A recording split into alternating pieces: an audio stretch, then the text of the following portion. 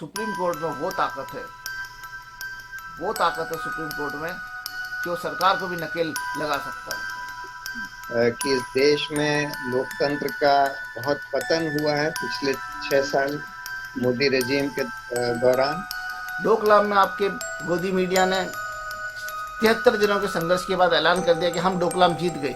साहब, आप डोकलाम जीत गए थे तो चाइना वहां पे हेलीपोर्ट कैसे बना रहा है, वहां पे रोड कैसे बना रहा है? जो ये जानते थे कि इससे देश बर्बाद हो रहा है और वो खामोश रहे ना, असली देश के गद्दार वो होते।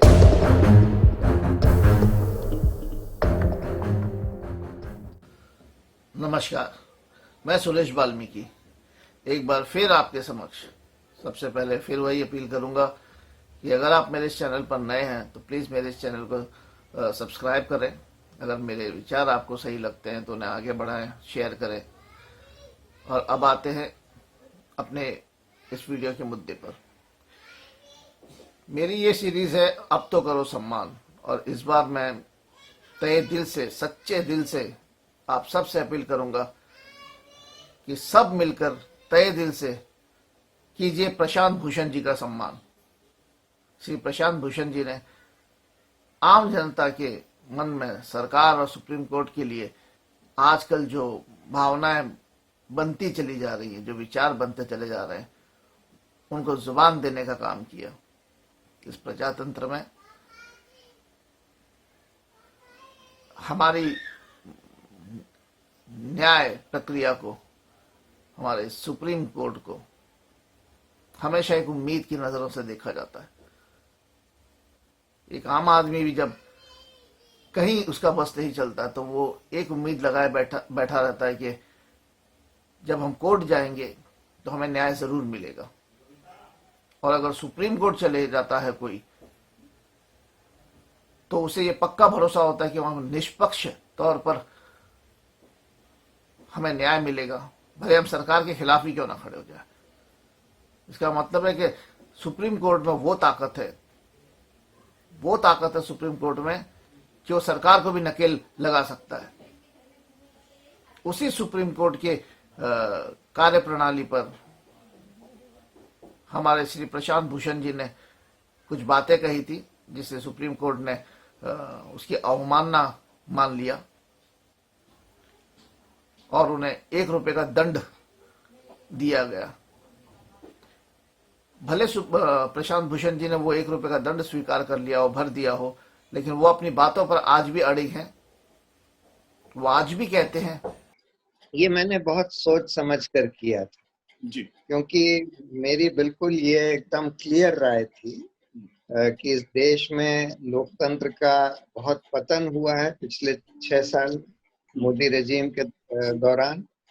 दूसरी बात कि सुप्रीम कोर्ट ने इस दौरान उस पतन को रोकने के लिए जो सुप्रीम कोर्ट का संवैधानिक दायित्व था कि लोकतंत्र की रक्षा करना, मौलिक अधिकारों की रक्षा करना, कार्यपालिका को अपने दायरे में रखना, वो काम नहीं किया। जैसे मैंने बोला था कि सुप्रीम कोर्ट अगर कमजोर होता है तो हर नागरिक कमजोर होता है, क्योंकि हमको एक स्ट्रॉन्ग और इंडिपेंडेंट सुप्रीम कोर्ट की जरूरत है, सबको जरूरत है। तो ये अनफॉर्चुनेट हुआ कि इस प्रोसेस में सुप्रीम कोर्ट की इमेज और रेपुटेशन को और भी झटका लगा। सुना आपने, और उनकी ये बात गलत नहीं है, मैं तो कम से कम नहीं मानता। और हम जैसे किसी भारतीय को ये बात गलत नहीं लग सकती, क्योंकि हमारी उम्मीद ही जब सुप्रीम कोर्ट हो, सरकार से ज़्यादा हमारी आस्था जब सुप्रीम कोर्ट में हो, और अगर उसमें कुछ गलत होता हो तो उसके बारे में कहने में झिझकना नहीं चाहिए। और कोर्ट को ये हमें आज़ादी देनी चाहिए कि हम उसके खिलाफ भी कुछ अपने विचार रख सकें। इसमें उसकी अवमानना कैसी? हम उसके ऑर्डर्स को अनफॉलो नहीं कर रहे हैं, ऐसी बात तो नहीं है, पर अपने विचार रखने का हक तो हमें हमारे संविधान ने दिया हुआ है। You see, the court is this ocean. हमारे को बोल नहीं सकते हैं। Even if it's correct, you can't say it. But why not? सुना आपने पूर्व चीफ जस्टिस साहब ने क्या कहा कि सुप्रीम कोर्ट भी कोई खुदा नहीं है कि जिसके बारे में हम कुछ कह नहीं सकते। अब हम चलते हैं दूसरे मुद्दे की तरफ। मैं आज फिर एक बात कहूंगा कि मैं किसी भी पॉलिटिकल पार्टी से बिलोंग नहीं करता, किसी की भी पॉलिटिकल पार्टी की विचारधारा को फॉलो नहीं करता हूं, ना ही किसी की विचारधारा से प्रभावित होकर मैं आज की सरकार के खिलाफ कोई बात कहता हूं या आज की सरकार पर कोई सवाल उठाता हूं। बिल्कुल नहीं। मैं एक भारतीय हूं और अपने देश के खिलाफ इस सरकार की कोई पॉलिसी होती है, कोई ऐसी बात होती है जो मुझे लगता है कि ये सही नहीं है या भविष्य में हमारे नौजवानों के लिए, हमारे देश के लिए घातक साबित होगी या सही नहीं साबित होगी, उसके खिलाफ मैं सवाल उठाता हूं, जो हर नागरिक को उठाना चाहिए और ये उसका कर्तव्य है। एक बात और कहता हूं कि बुजुर्ग और जो समझदार लोग होते हैं वो ये कहते हैं कि जब देश बर्बाद हो रहा होता है तो जो बर्बाद करने वाले होते हैं ना, वो देश के गद्दार हैं। सिर्फ इतना ही नहीं होता, जो ये जानते थे कि इससे देश बर्बाद हो रहा है और वो लोग खामोश रहे ना, असली देश के गद्दार वो होते हैं। तो हमें अपनी बात कहनी चाहिए। अब मैं उन नौजवानों से मुखातिब होना चाहता हूं जो किसी भी विचारधारा से प्रेरित हों। लोग जिन्हें आजकल मोदी भक्त भी कहते हैं, अंधभक्त कहते हैं, मैं उनसे आज मुखातिब होना चाहता हूं कि किसी की विचारधारा को मानना, उसे फॉलो करना, यह गलत नहीं होता है। गलत होती है अंधभक्ति। उसका कारण है क्योंकि जब आप किसी की विचारधारा को मानते हो और अंधभक्ति में फर्क करते हो तो आपका दिल और दिमाग दूसरे से चर्चा करने के लिए खुला होता है, दूसरे की बात सुनने के लिए खुला होता है। और चर्चा एक इतना बड़ा हथियार है कि उससे बड़े बड़े मसले जो हैं वो सॉल्व किए जा सकते हैं। आप चर्चा करने के लिए जब तैयार होते हो तो सामने वाले के पॉइंट ऑफ व्यू को सुनते हो, अपना पॉइंट ऑफ व्यू उसके सामने रखते हो। अगर आप में वो मादा है कि आप अपनी बात को पुख्ता तरीके से रख पाते हो और आपकी बात सही है तो सामने वाला आपसे इन्फ्लुएंस हो जाता है। अगर आपकी बात में कोई कमी है और सामने वाला कोई अच्छी चीज समझा रहा है तो आप उससे वो अच्छी चीज ग्रहण कर सकते हो। ये फर्क होता है। और अंधभक्ति आपको सिर्फ अंधेरे में ढकेलती है। आप देखते हो पर आप ये समझ नहीं पाते हो कि ये गलत हो रहा है, आप कह नहीं पाते कि ये गलत हो रहा है, क्योंकि आपको लगता है कि आपके बाबा जी का राज है तो जो हो रहा होगा वो सब सही ही हो रहा होगा, गलत हो ही नहीं सकता। और यही सबसे बड़ी गलती होती है, सबसे बड़ी गलती ही होती है। आप नौजवान हैं, मैं आपके सामने आज कुछ सवाल रखता हूं। आप ही के जैसे हमारे देश के आम नागरिकों के कुछ रिएक्शंस रखूंगा। आप भी उसी तरह किसी पार्टी विशेष का चश्मा न लगाते हुए इन लोगों की बातें सुनिए। मैं जो सवाल आज आपके सामने रख रहा हूं उन सवालों को सुनिए और विचार कीजिए, क्या ये सवाल आपको आज इन्फ्लुएंस कर रहे हैं या नहीं, आप पर असर डाल रहे हैं या नहीं, और अगर आज नहीं डाल रहे हैं तो कल डालेंगे या नहीं। अगर आपने किसी विचारधारा का चश्मा नहीं उतारा तो ये सब बेमानी है, आपको कोई बात समझ में नहीं आएगी। लेकिन अगर आपने एक आम नागरिक की तरह सोचा तो ये सारे सवाल जो मैं आपके सामने रखूंगा, ये जो सारे हालात मैं आपके सामने रखूंगा, आप इस पर सोचने के लिए विवश हो जाएंगे। मेरा पहला सवाल है, क्या आज आपके पास रोजगार है? दूसरा सवाल, जो रोजगार आज आपके पास है क्या कल वो रहेगा, इसकी गारंटी है? क्योंकि सरकार ने तो 50-55 साल के लोगों को फोर्सफुली रिटायर करने का फैसला सुना दिया है। क्या इसके लिए तुम्हारी सरकार ने किसी से भी कंसल्ट किया? किसी को, दूसरे पक्षों को छोड़िए, किसी आम आदमी को कॉन्फिडेंस में लेने की कोशिश की? लोगों का रिएक्शन जानने की कोशिश की कि इससे हमारी आम जनता की जिंदगी पर क्या फर्क पड़ेगा, क्या असर पड़ेगा? मान लीजिए आज आपके पिताजी, आपके चाचा जी, आपके घर में आपके बड़े भाई साहब 50 साल के हैं जो अभी भी हष्ट पुष्ट हैं और काम कर सकते हैं, उन्हें फोर्सफुली आप घर में बिठा दिया जाएगा तो आपके घर पर, आपके घर की इकोनॉमी पर क्या प्रभाव पड़ेगा? सोचिए इस बारे में। या आप अगर 50 के करीब पहुंचने वाले हैं और आपको लगता है कि मैं अभी तो बहुत काम कर सकता हूं, मुझ पर बहुत सारी जिम्मेदारियां हैं, लेकिन कल आपके हाथ में टर्मिनेशन मिल जाए, क्योंकि सरकार जिस तरह से काम कर रही है ये आपसे पूछती तो है नहीं, डायरेक्ट टर्मिनेशन आपके हाथ में मिलेगा जैसे एयर इंडिया के लोगों को मिला है, उसके बाद आप क्या करोगे? और जब 50-55 की उम्र में, जब 50-55 साल की उम्र में ये सरकार ये सोच रही है कि आदमी काम करने लायक नहीं होता, तो ये 55, 60, 70 के लोग जो सरकार चला रहे हैं ये कैसे काम कर रहे हैं? इन्हें रिटायर होकर सन्यासी नहीं बन जाना चाहिए? सोचिए इस बात पर। अगला सवाल यह है, क्या सचमुच विकास हो रहा है? क्योंकि अगर विकास हो रहा होता तो देश में इतनी बेरोजगारी नहीं होती। आपको सिर्फ धर्म का चश्मा, राम मंदिर, पाकिस्तान, चाइना बॉर्डर ये दिखाया जा रहा है। आपके मूल मुद्दे कहाँ हैं? आपकी शिक्षा कहाँ, किस स्तर पर हो रही है? शिक्षा के लिए कौन से नए स्कूल कॉलेजेस बन रहे हैं? कितने एम्स बन रहे हैं? कितने आईआईटी बन रही हैं? इस तरफ कभी आपने सवाल किया है? आज एनईईटी के लोग, बच्चे और जीई के बच्चे सड़क पर हैं। क्या उनकी मांगे गलत हैं? सरकार सिर्फ अपने ही स्टांस क्यों लेती है? क्यों लोगों से नहीं बात करती? क्यों लोगों के विचार नहीं सुनती? क्या बच्चे एग्जाम देना नहीं चाहते? बच्चे भी चाहते हैं एग्जाम हो, उनका एक साल बर्बाद ना हो, लेकिन किसी वजह से ही वो बोल रहे हैं कि इस साल एग्जाम पोस्टपोन कर दिए जाएं। लेकिन सरकार सुनने के मूड में नहीं है।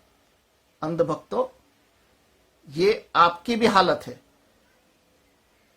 आपकी बात भी सुनने के मूड में नहीं है, क्योंकि आप ही की क्या, आपने जिन लोगों को चुनकर दिया, संसद में जिन्हें भेजा है ना, ये पीएम और उनके गुर्गे उनकी बात तक सुनने को तैयार नहीं है, उनके प्रश्न तक सुनने को तैयार नहीं है। इसलिए इस बार पार्लियामेंट सेशन जो होने वाला उसमें प्रश्नकाल नहीं है।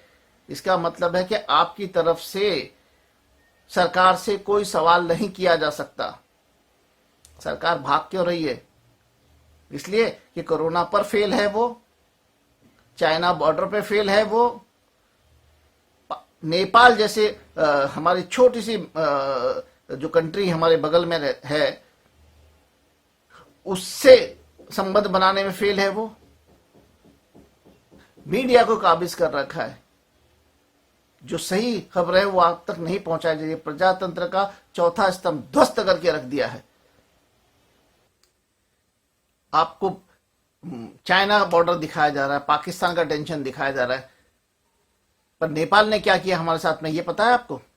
नेपाल जैसी इतनी सी कंट्री ने हमारे देश की 7,100 एकड़ जमीन अपने मैप में अपने देश की जमीन बता दी है। उसने मैप अपनी संसद में अप्रूव भी करवा लिया है। हमारे देश में नेपाल अतिक्रमण करे?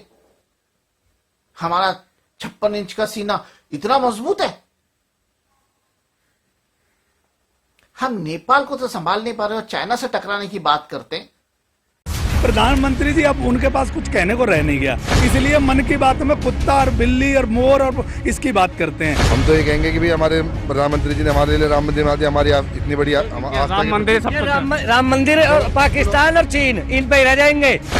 देश के लिए करने वाले तो कुछ है नहीं। जितने प्राइवेट हॉस्पिटल है कोरोना के नाम पर लोगों को एडमिट करे, कई लाख वसूली कर रहे हैं उससे, उसका शरीर के पता नहीं शरीर का क्या क्या निकाल के बेच रहे हैं ये लोग। गवर्नमेंट हॉस्पिटल में इलाज कहाँ है? अगर गवर्नमेंट हॉस्पिटल में जाए तो बताओ, पहले तो पर्ची के लिए 1 घंटे लाइन में लगना होता है। प्रधानमंत्री जी ने काम किया है, अपनी दाढ़ी बढ़ाने का काम किया है तो मोर को नचाने का काम किया है। प्रधानमंत्री जी ने अगर काम किया है तो जियो और अडानी अंबानी को बढ़ाने का काम किया है। प्रधानमंत्री जी ने देश के लिए कोई काम नहीं किया। मन की बात करने आज इस बार आए, कितने लोग खुश हुए? मन की बातों में आपके कौन से मुद्दे उठाए गए? कौन से मुद्दे? खिलौने बेचोगे? उससे पहले पकोड़े बिचवाए थे आपसे, अब खिलौने बिचवा रहे हैं आपसे। वो चीज आपसे बिकवा देंगे कि आप सिर्फ अंधभक्ति करते रह जाओगे और पता चलेगा आप रास्ते पर हो। ये देश कंगाल हो चुका है। इस देश को जिस ट्रंप को मोदी साहब कहते हैं हमारे बहुत अच्छे मित्र हैं, बहुत अच्छे दोस्त हैं। उस ट्रंप की सरकार ने हमारे देश के टूरिज्म को चौथी श्रेणी में डाला है। चौथी श्रेणी में मतलब कौन? पाकिस्तान, सीरिया जैसे देश होते हैं। अपने टूरिज्म सेक्टर से उन्होंने एडवाइजरी अपने देशवासियों के लिए जारी की है कि हिंदुस्तान, भारत, इंडिया टूर करने से बचे। ये पोजीशन है, ये आपकी विदेश नीति थी, इसलिए आप घूम रहे थे।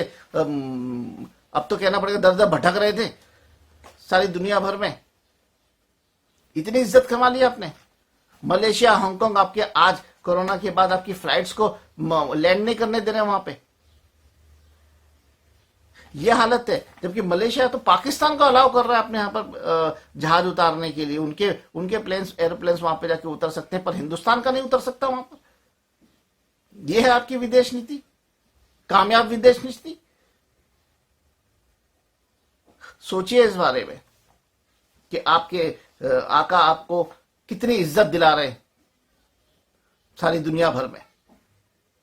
इसके बाद क्या जीएसटी का लगाना जिस तरीके से लगाया गई है, क्या वो सही था? क्योंकि मनमोहन सिंह जी जब जीएसटी 14% तक लगा रहे थे तो ये गलत था और इसी पार्टी ने छातियां पीटी थी, और जब इन्होंने लगाई तो 28 से 32% तक लगा दी। ये सही था? इससे छोटे मोटे व्यापारी जिंदा रह पाए? असंगठित क्षेत्र में, जिसे हमारे संगठित क्षेत्र से ज्यादा जहां पर जॉब थे, क्या वो आज सरवाइव कर रहे हैं? अरे जॉब देने वाला सरवाइव नहीं कर पाया तो जॉब बचेंगे कहां? उसके बाद क्या देश में प्राइवेटाइजेशन जरूरी है? आज तक आप किसी प्राइवेट संस्था में, किसी प्राइवेट कंपनी में अगर कोई कंप्लेंट लेकर जाते हैं तो आपको किस तरह अटेंड किया जाता है? आपको पता नहीं है? अगर रेलवे में प्राइवेटाइजेशन हो गया और अगर रेलवे में आपसे 2 बार गलती होगी, आपके नाम पे कंप्लेंट होगी साहब, तो आप रेलवे में चढ़ नहीं पाओगे।